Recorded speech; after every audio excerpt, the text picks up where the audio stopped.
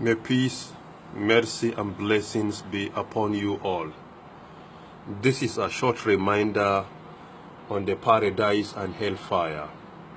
In a hadith which is agreed upon by Bukhari and Muslim, may Allah have mercy on them, our beloved Rasulullah sallallahu alayhi wa alihi wa sallam says, Huffatil Jannah bil makarih wa huffatil nar bil shahawat.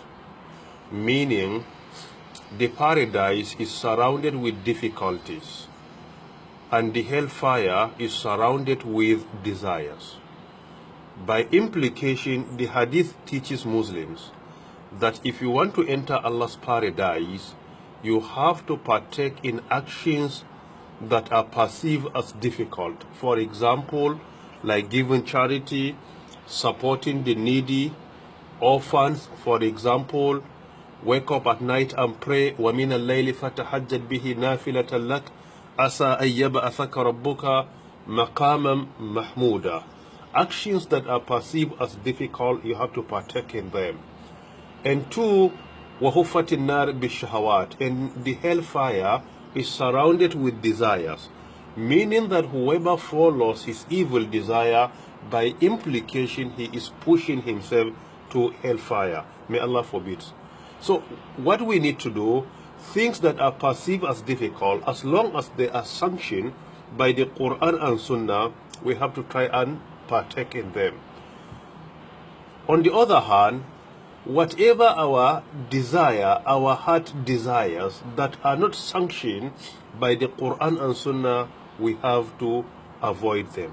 For example, like telling lies, backbiting, gossip, and many more, like associating partners with Allah. All these actions, we have to avoid them.